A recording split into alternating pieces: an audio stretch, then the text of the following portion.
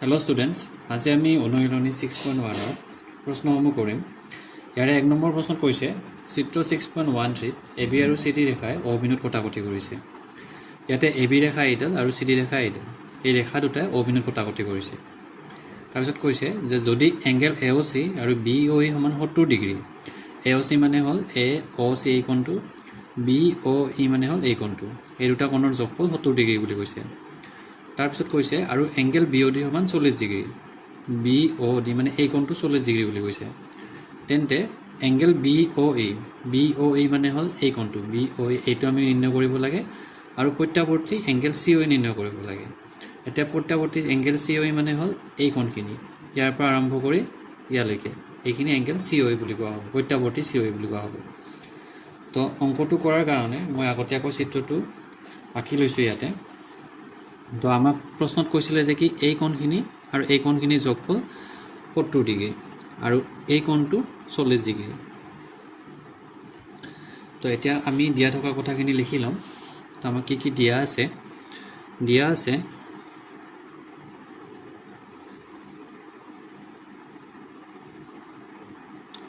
Angle AOC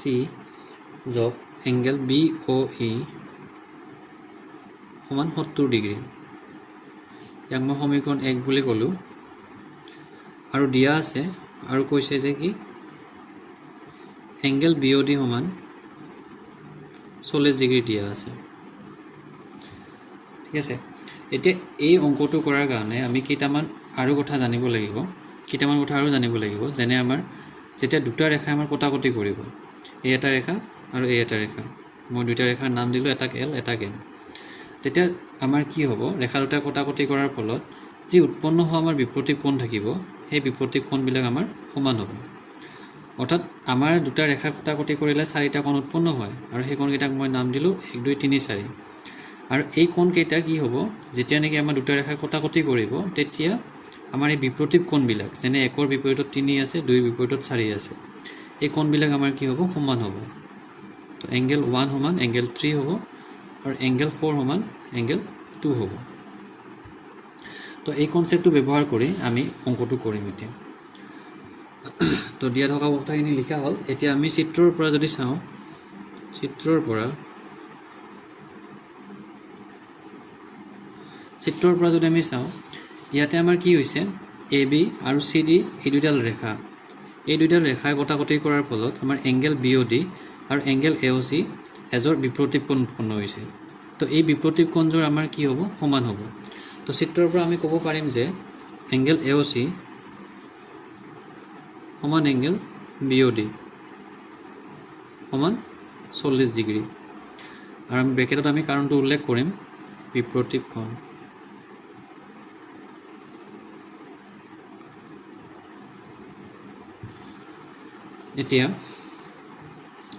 এতিয়া আমি সমীকৰণ 1ত আছিল AOC যোগ BOE সমান 70 ডিগ্ৰী। ইয়াত আমি AOCৰ মানটো বহালে আমাক প্ৰশ্নত ওলাব দিয়া BOEৰ মানটো আমি পাম। তো এতিয়া আমি লিখিম, এতিয়া সমীকৰণ 1ত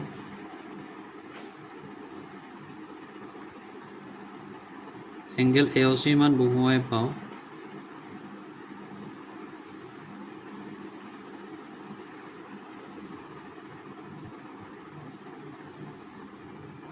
সমীকৰণ 1ত এংগেল AOC মানে আমি বহুৱাম। তো সমীকৰণ 1টো আছিল angle AOC plus angle BOE সমান 70 ডিগ্ৰী। তো ইয়াত AOCৰ মানটো আমি ডাইৰেক্টলি বহুৱাম 40 ডিগ্ৰী বুলি, যোগ এংগেল BOE সমান 70 ডিগ্ৰী। তো ইয়াৰ পৰা এই সমীকৰণটো সমাধান কৰিলে আমি BOEৰ মান পাম। তো আমি BOEটো বাওঁফালে ৰাখি 40 ডিগ্ৰীক আমি সমান চিনৰ সোঁফালে লৈ আহিলে বিয়োগ হ'ব। এতিয়া এংগেল BOE সমান আমি 70 বিয়োগ 40 30 ডিগ্ৰী পাম আমি। আমাৰ এতিয়া BOEৰ মানটো ওলাল, এইটো মান আমি পালোঁ, BOEৰ মান আমি 30 ডিগ্ৰী বুলি পালোঁ। এতিয়া যদি আমি আকৌ চিত্ৰটো ভালকৈ চাওঁ, তেতিয়াহ'লে আমি দেখা পাম যে কি এই কোণটো যোগ এই কোণটো আৰু এই কোণটো তিনিওটা কোণে লগ লাগি আমাৰ এটা সৰল কোণ গঠন কৰিছে। আৰু আমি জানো যে সৰল কোণৰ মান সদায় 180 ডিগ্ৰী সমান হয় গোটেই তিনিওটা কোণ যোগ কৰিলে আমি দেখা পাম যে কি 180 ডিগ্ৰী সমান হ'ব তো আমি এই কথাটো ব্যৱহাৰ কৰি এই ধাৰণাটো ব্যৱহাৰ কৰি আমি এতিয়া COE ৰ মানটো উলাবলৈ চেষ্টা কৰিম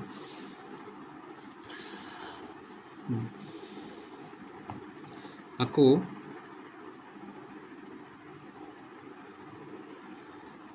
এংগেল AOC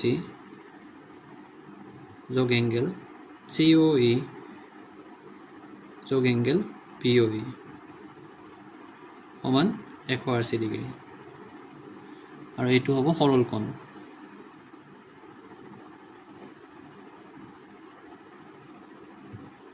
এইটো হ'ব সৰল কোণ এতিয়া ইয়াতে চাবা AOC ৰ মানটো আমি নাজানো সৰি AOC ৰ মানটো আমি পাইছো AOC ৰ মানটো আমি 40 ডিগ্ৰী বুলি পাইছিলো কাৰণ এইটো কোণৰ সমান হয় এতিয়া তিনটা কোণৰ আমি দুটা কোণৰ মান জানো আৰু এটা কোণৰ মান আমি নাজানো তো ইয়াৰ পৰা আমি COE ৰ মানটো আমি উলাব পাৰিম ইয়াতে AOC ৰ মানটো 40 ডিগ্ৰী হ'ব যোগ COE ৰ মানটো আমি নাজানো যোগ BOE ৰ মান 30 ডিগ্ৰী হ'ব বা আমি AOC আৰু BOE ৰ মান আমাক আগতে দিয়া আছিল 70 ডিগ্ৰী বুলি আমি 70 ডিগ্ৰী বুলি ডাইৰেক্ট লিখিব পাৰো কিন্তু আমি ডাইৰেক্ট নিলিখি AOC আৰু BOE ৰ মান আমি পৃথকে ভৰাইছো তো এইখিনি মান আমাৰ 180 ডিগ্ৰী সমান হ'ব এতিয়া 40 আৰু 30 যোগ কৰিলে আমি দেখা পাম যে 70 ডিগ্ৰী যোগ এংগেল COE সমান 180 ডিগ্ৰী এতিয়া আমি 70 ডিগ্ৰীক সমান চিনৰ সোঁফালে লৈ যাম আৰু COE ক আমি সমান চিনৰ বাওঁফালে ৰাখিম তো এংগেল COE সমান 180 ডিগ্ৰী বিয়োগ 70 ডিগ্ৰী তো ইয়াৰ পৰা আমি পাম এংগেল COE সমান 180 minus 70 is equal 110 ডিগ্ৰী তো ইয়াৰ পৰা পালো আমি COE ৰ মান 110 ডিগ্ৰী কিন্তু আমাক প্ৰশ্নত COE ৰ মান উলাব দিয়া নাই আমাক ইয়াৰ মান উলাব দিয়া নাই আমাক উলাব কৈছে প্ৰত্যাৱৰ্তী COE ৰ মান এটা প্ৰত্যাৱৰ্তী COE মানে কি হয় ধৰা হল এইখিনি আমাৰ COE এটো C এটো O এটো E আৰু আমি COE ৰ মান পাইছো 110 ডিগ্ৰী কিন্তু COE ৰ মান হয় COE আমাৰ প্ৰত্যাৱৰ্তী COE আমাক এইখিনি নুবুজায় প্ৰত্যাৱৰ্তী COE হ'বলৈ হলে এইখিনি বস্তু হ'ব এইখিনি অংশই আমাক এইখিনি কোণে আমাক প্ৰত্যাৱৰ্তী COE টো দিব যদি আমি চাও গোটেইটোৱে আমাৰ এটা সম্পূৰ্ণ কোণৰ নিচিনা হৈছে আৰু আমি জানো যে সম্পূৰ্ণ কোণৰ মান 360 ডিগ্ৰী তো 360 ৰ পৰা যেতিয়া মই এইখিনি বাদ দিম তেতিয়া আমি এইখিনি কোণ পাম যেটো আমাৰ প্ৰত্যাৱৰ্তী COE তো এটাকে আমি লিখিম এটাকে প্ৰত্যাৱৰ্তী COE সমান 360 ডিগ্ৰী বিয়োগ 110 ডিগ্ৰী তো ইয়াৰ পৰা পাম 0 ৰ পৰা 0 গলে 0 6 ৰ পৰা 1 গলে 5 আৰু 3 ৰ পৰা 1 গলে 2 ইয়াৰ পৰা আমি পালো প্ৰত্যাৱৰ্তী COE সমান 250 তো আমাক উলাব দিছিলে BOE আৰু প্ৰত্যাৱৰ্তী COE তো BOE পালো আমি ইয়াৰ পৰা 30 ডিগ্ৰী আৰু প্ৰত্যাৱৰ্তী COE মান পালো 250 ডিগ্ৰী এতিয়া আমি 2 নম্বৰ প্ৰশ্নটো কৰিম 2 নম্বৰ প্ৰশ্নত কৈছে চিত্ৰ 6.1 ভৰত XY আৰু MN ৰেখাই অবিন্দুত কটাকটি কৰিছে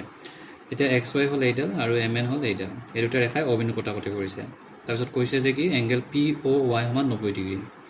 মানে এই কোণটো POY 90 ডিগ্ৰী আৰু A অনুপাত B আমাক 2:3 বুলি দিয়া আছে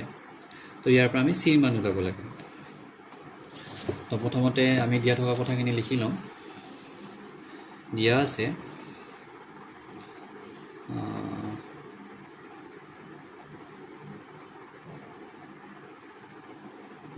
এংগেল POY সমান 90 ডিগ্ৰী আৰু A অনুপাত B সমান 2:3 তো ইয়াৰ পৰা মই এই যেটো আমাক কোণ মানে এই কোণটো আমাক যেটো অনুপাতত বিভক্ত হৈ আছে 2:3 তাক মই ধৰি লম কোণ দুটা ধৰা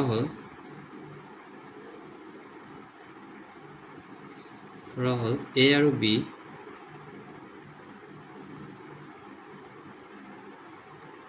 ক্ৰমে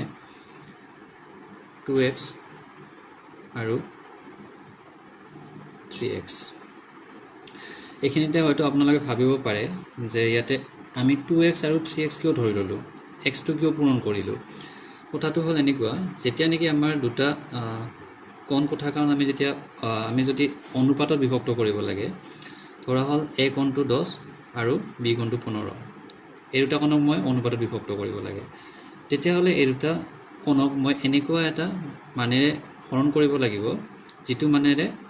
হৰণ কৰাৰ পিছত আৰু তাক বেলেগ এটা সংখ্যাৰে আৰু হৰণ নাযায় অৰ্থাৎ গসাগুৰে ইয়াক হৰণ কৰিব লাগিব 10 আৰু 15 গসাগু হয় আমাৰ 5 5 এৰে হৰণ কৰিলে ইয়াক যাব 2 বাৰ আৰু ইয়াক যাব 3 বাৰ তাৰ পৰা আমি পাম 2:3 আকৌ যদি মই 5 এৰে 2 আৰু 3 পূৰণ কৰোঁ তেতিয়াহ'লে মই আগৰ কোণ দুটা পাই যাম তাৰ মানে আমি যেতিয়া অনুপাতত দিয়া থাকিব কোনো এটা বস্তু তাক যদি আমি গসাগুৰে পূৰণ কৰোঁ দুইটা বস্তুৰ বা দুইটা তথ্যৰ তেতিয়াহ'লে আমি আকৌ আগৰ তথ্যখিনি ঘূৰাই পাম তো ইয়াতে মই সেই গসাগুটো x বুলি ধৰি লৈছোঁ তো x পূৰণ কৰিলে আমি আকৌ আগৰ কোণ দুটা পাম তো তাৰ কাৰণে আমি কোণ দুটাৰ মান জানাৰ কাৰণে x টোৰ মান ওলাই ল'ব লাগিব তো চিত্ৰৰ পৰা আমি চাওঁ যদি আমাৰ এই কোণটো এংগেল POY টো যদি 90 ডিগ্ৰী হয় তেতিয়াহ'লে আমাৰ এংগেল POX টো 90 ডিগ্ৰী হ'ব কাৰণ যেতিয়া আমাৰ এইটো যদি আমাৰ XY হয় XY ৰেখা এইটো আমাৰ P হয় এইখিনি কোণ 90 ডিগ্ৰী হ'লে এইখিনিও 90 ডিগ্ৰী হ'ব তো আমাৰ কি হ'ব এংগেল POX চিত্ৰৰ পৰা আমি লিখিম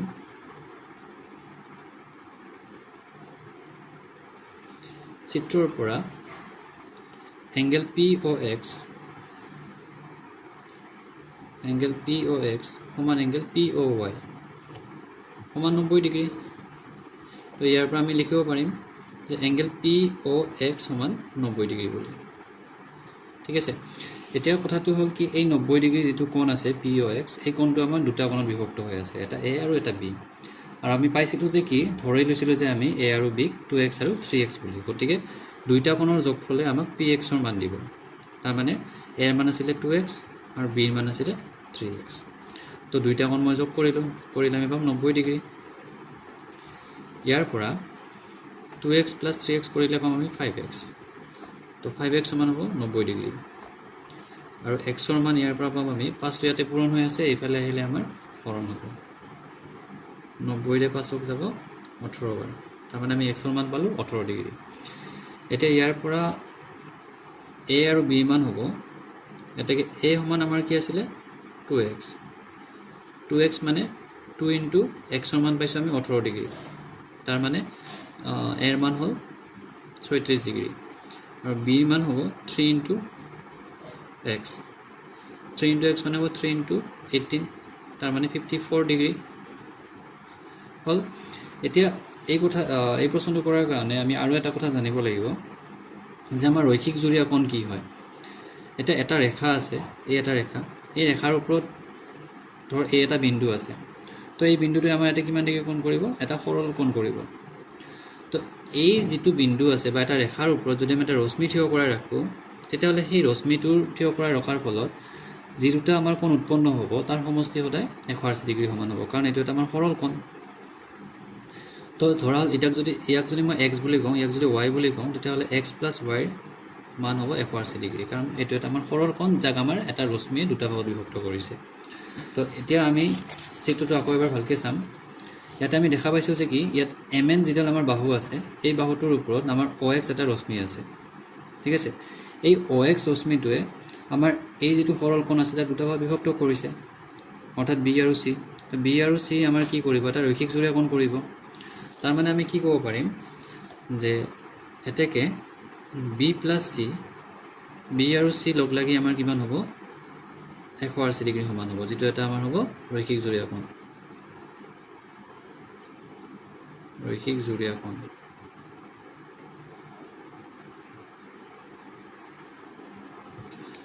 এতিয়া আমি B ৰ মান আগত পাইছিলো আমি 54 ডিগ্ৰী + C সমান 180 ডিগ্ৰী ইয়াৰ পৰা এইখিনি সৰল কৰিলে আমি দেখা পাম 54 টো ইফালে প্লাছত আছে ইফালে আহিলে মাইনাছত আহিব মাইনাছত হ'ব তো C সমান হ'ব 1 ঠাৰে আনিল 10 ৰ পৰা 4 গলে হ'ব 6 ইয়াত থাকিব 7 ৰ পৰা 5 গলে হ'ব 2 আৰু ইয়াত থাকিব 126 ডিগ্ৰী তাৰ মানে C মানটো হ'ব 126 ডিগ্ৰী